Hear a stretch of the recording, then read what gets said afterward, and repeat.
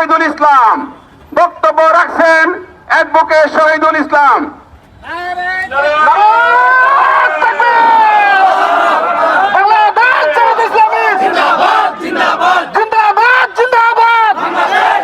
আউযু বিল্লাহি মিনাশ শাইতানির রাজিম। বিসমিল্লাহির রহমানির রহিম।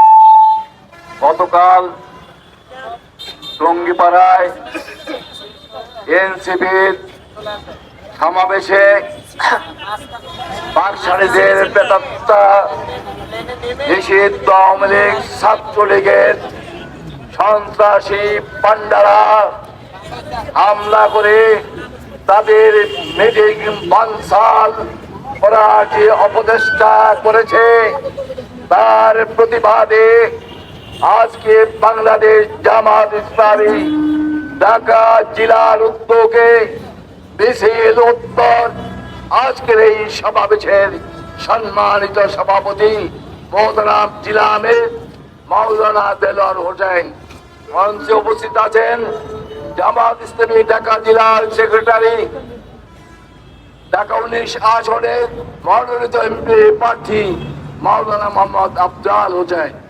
মঞ্চে উপস্থিত আছেন জননেতা সাভার পৌরসভার মেয়র প্রার্থী সাবেক প্যানেল মেয়র জনাব হাসান মাহবুব।